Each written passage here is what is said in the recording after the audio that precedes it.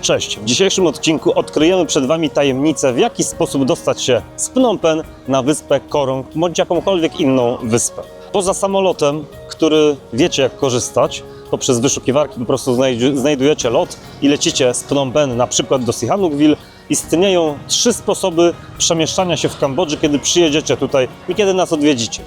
Pierwszy to będzie wynajęcie taksówki. Jeżeli rezerwujecie nocleg w jednym na przykład z naszych ośrodków, z naszych resortów, wtedy zapytajcie się o taksówkę i osoby z resortu podpowiedzą Wam, w jaki sposób taką taksówkę zarezerwować. Także nasi klienci, którzy do nas przyjeżdżają, często dajemy im kontakty i mogą sobie wynająć auto. Ale auto to tak naprawdę zaraz po samolocie najdroższa opcja. Istnieją jeszcze vany, którymi często sami podróżujemy, oraz taksówki łączone. Vany opowiemy w dalszej części, jak to działa, minibusy, bardzo wygodne, pokażemy Wam, z jakich przystanków możecie odjeżdżać. Jeżeli chodzi o taksówki łączone, które widzicie tutaj, to nie jest coś, na co jesteście gotowi, jeżeli jesteście pierwszy raz w Azji, ponieważ taksówki łączone działają w ten sposób, że przychodzicie na przykład w okolice Central Marketu, informujecie kierowcę, dokąd chcecie jechać i on zbiera razem z Wami grupkę osób, 4, 5, czasem w aucie będzie i 8 osób, i to w aucie, które ma 5 miejsc, i wtedy wszyscy razem jedziecie. I to jest najtańsza, ale też najbardziej hardkorowa forma podróżowania. Powiedzmy sobie szczerze, być może nie dla każdego, tak? Dlatego, że często sam wyjazd z miasta trwa około 2 godzin, zanim ten kierowca, zdarzało się i 3, kiedyś próbowałem to na własnej skórze, kiedy podróżowałem z psem i nie mogłem znaleźć żadnej wolnej taksówki, a z psem nie mogłem podróżować busem, wtedy wynająłem taksówkę łączoną i 2,5 godziny zajęło mi sam wyjazd z miasta. Także generalnie polecamy podróżowanie vanami, minibusami, polecamy podróżowanie private taxi, czyli kiedy Wy wynajmujecie całą taksówkę, a odradzamy korzystanie z taksówek dzielonych, takich jak właśnie widzicie naokoło. Jeżeli chcielibyście zarezerwować taksówkę, jesteście naszymi klientami, po prostu dacie nam znać, możemy Wam dać kilka naszych kontaktów. Standardowe ceny za taksówki z Phnom Penh do Sihanoukville to od $60 za Priusa, od $65 za Highlandera i od $100 za Alfarda. Wiadomo, że im drożej, tym więcej miejsca, więcej komfortu. Ceny w hotelach, jeżeli będziecie korzystać, mogą być trochę większe i te ceny, które Wam powiedziałem, to są standardowe ceny. Może być drożej, kiedy jest public holiday, bądź zwyczajne prawo rynku. Jeżeli w danym dniu jest większe zapotrzebowanie, cena także może wzrosnąć, także miejcie to na uwadze, że to jest tylko podstawa. My za tyle podróżujemy, natomiast cena zawsze może być trochę droższa. Pokażę Wam teraz w dalszej części stronę internetową, dzięki której możecie zarezerwować sobie sami, czy miejsce w minibusie, czy zarezerwować taksówkę, która wyjdzie nieco drożej niż przez nas, ale możecie to zrobić samemu, bez angażowania nas. Tutaj widzicie najpopularniejsze taksówki, czyli Highlandery. Tam przed chwilką odjechał Lexus, stare 20-letnie Lexusy, które jeszcze zrobią drugie $500 000, Highlandery i Priusy. Priusy są bardzo małe i nie przepadam za nimi na dłuższe wyjazdy. Zazwyczaj podróżuję SUV-ami, czyli Highlander albo Lexus, a jeżeli oczekujemy większego komfortu, to pożycza się Alfarda. I to dotyczy prywatnych taksówek, czyli bierzemy całą taksówkę, bez względu na to, czy jedzie jedna osoba, czy 4, czy 5.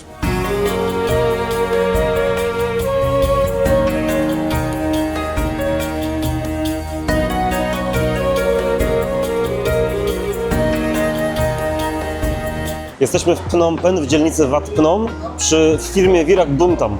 Virak Buntam to jedna z tych firm, które polecamy do korzystania. Zobaczcie, tu jest cała infrastruktura, która sprawia, że podróżowanie jest zwyczajnie wygodne. Jest poczekalnia klimatyzowana, jest kasa, dogadacie się po angielsku. I tak jak mówiłem wcześniej, możecie sobie zarezerwować bilet bezpośrednio ze strony Cambo Ticket. Tam macie rozkład godzinowy. Możecie także przyjechać tutaj i kupić na poczekaniu. Lepiej ten bilet rezerwować wcześniej, dlatego że zdarza się, że raptem przyjdzie jakaś grupa, wszystkie bilety wykupi i wtedy nie będziecie mogli jechać o godzinie, o której byście chcieli. Jeżeli mówimy o podróży do Sihanoukville, zrezygnowałbym z busów nocnych, ponieważ to jest tylko 3 godziny z tego miejsca. Od momentu wjazdu na autostradę około 2 godziny, więc możecie spokojnie zacząć podróż rano i na lunch jesteście na wyspie.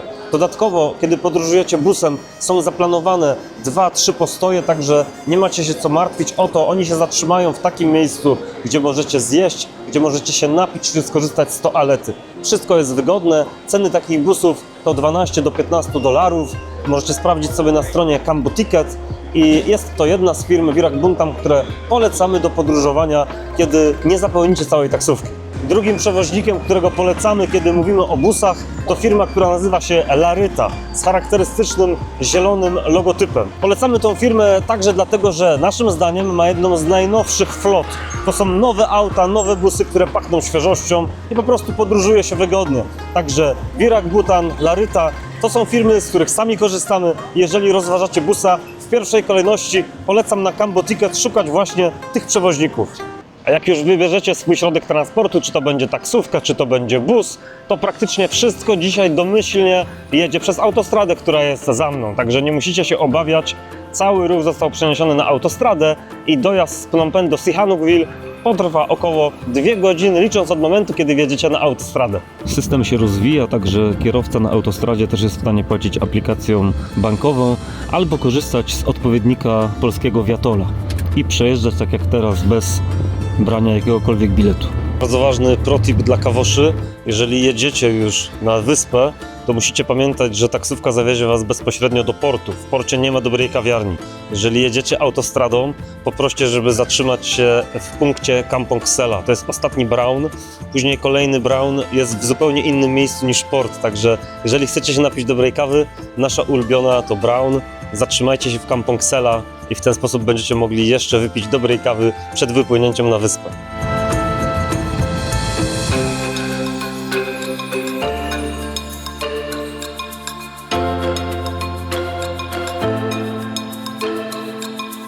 I kiedy jedziecie autostradą, z prawej i z lewej strony będziecie mijać Palmowy Gaj. To znak, że wkrótce dojedziecie do Sihanoukville. Palmowy Gaj jest ostatnim charakterystycznym punktem przed zjazdem z autostrady do miasta, z którego odpływa łódka. I tak po nieco ponad 2 godzinach jazdy mijamy bramki Sihanoukville i wjeżdżamy do miasta. Kierujemy się od razu do portu. W porcie pokażemy, w jaki sposób znaleźć łódki. Wreszcie dojechaliśmy do portu, to stąd odpływają wszystkie łódki na wyspy Korong i Korong Sanloem.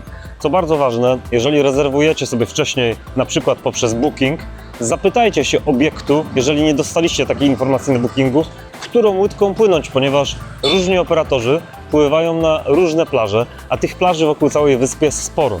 Także jeżeli chcecie, żeby Wasza podróż była wygodna, zapytajcie się wcześniej z miejsca, w którym się zatrzymujecie, do której plaży najlepiej płynąć i wtedy w tej konkretnej firmie, za chwilkę Wam pokażę, rezerwujecie sobie łódkę. Możecie także poprosić resort, w którym zatrzymujecie się, żeby on dla Was zarezerwował miejsce. Tutaj możliwości jest bardzo dużo. Co jeszcze bardzo ważne, w tym miejscu w porcie jest 7-Eleven za moimi plecami, w którym możecie zrobić zakupy. 7-Eleven jest sklepem kultowym, także dużo osób robi ten ostatni przystanek. Jest także kawiarnia Amazon. Naszym zdaniem Amazon jest półkę niżej niż Brown, dlatego zatrzymaliśmy się wcześniej na autostradzie. Tutaj w porcie jest też bankomat i przestrzegam, żebyście nie płynęli na wyspę bez pieniędzy, tylko z kartami, dlatego że korzystanie z kart bankowych na wyspie, jeżeli nie posiadacie jeszcze konta bankowego w Kambodży, jest zwyczajnie droższe. Będzie doliczana do tego marża. Dlatego jeżeli nie macie gotówki i nie macie rachunku bankowego, wypłaćcie sobie z bankomatu pieniądze i jedźcie na wyspę z jakąś gotówką, tak żebyście byli w stanie zapłacić za nocleg, za jedzenie gotówką. Jeżeli posiadacie konto na przykład w banku ABA, płacicie za wszystko QR-kodem i w ogóle ten problem odchodzi, ponieważ praktycznie wszędzie na wyspie jesteście w stanie zapłacić właśnie QR-em. Już jestem na łódce, teraz czeka mnie około 30-35 minut płynięcia. Tym razem płynę na plażę Longset Beach. To plaża, z której dotrzemy w każde inne miejsce wyspy. Podobnie jak Cottage czy na Soksan. Warto, tak jak mówiłem wcześniej, żeby się zorientować, gdzie jest Wasz resort, gdzie jest obiekt, w którym będziecie nocować i starać się przypłynąć jak najbliżej tego obiektu.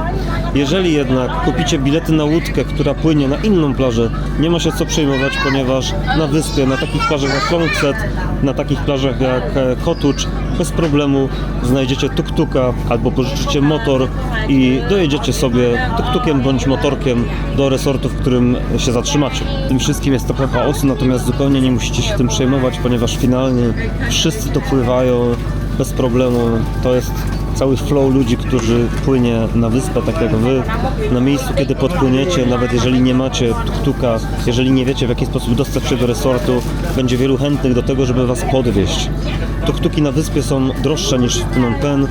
Ceny zaczynają się zazwyczaj od $5 w górę. Natomiast takie są ceny, nie przejmujcie się tym. Oni was bez problemu zgarną z miejsca, w które przypłyniecie z bagażem i dostarczą do hotelu. Jak wsiadacie na łódkę, ważna rzecz, możecie oddać bagaż albo bagaż trzymać na kolanach. Ja, ponieważ zazwyczaj mam przy sobie tablet, komputer i inne urządzenia, nie oddaję mojego bagażu, ponieważ Khmerowie często rzucają tym bagażem i wolę go mieć przy sobie. Jeżeli macie tam tylko ubrania, śmiało można go oddać i płynie się wtedy znacznie wygodniej, ponieważ miejsca na samym ferryboat są dosyć wąskie. Ale jeżeli macie tam sprzęt albo aparat fotograficzny, czy coś wartościowego, co może ulec zniszczeniu, polecam mieć walizkę ze sobą i jej nie oddawać. Łódka się cała zapełniła, co najlepiej pokazuje, jakim zainteresowaniem cieszy się wyspa. Liczba odwiedzających Korong stale wzrasta, praktycznie z kwartału na kwartał, mimo pory deszczowej i mimo zmiennej pogody. Wyspa cieszy się zainteresowaniem cały rok. Pamiętajcie o tym. Po kilkudziesięciu minutach w końcu dopłynęliśmy na wyspę. To jest ten najfajniejszy moment, kiedy wreszcie widzicie palmy, piaseczek, błękitną wodę. To jest to, po co tu wszyscy przypłynęliśmy. Jeżeli wcześniej kontaktowaliście się z resortem, z hotelem, w którym zarezerwowaliście pobyt, mogliście umówić sobie taksówkę w postaci tuk-tuka czy auta, przyjechali po was, będą stać z kartką, tak jak na lotnisku. Jeżeli nie, też nic się nie stało, ponieważ nie wszystkie resorty, hotele oferują taką opcję.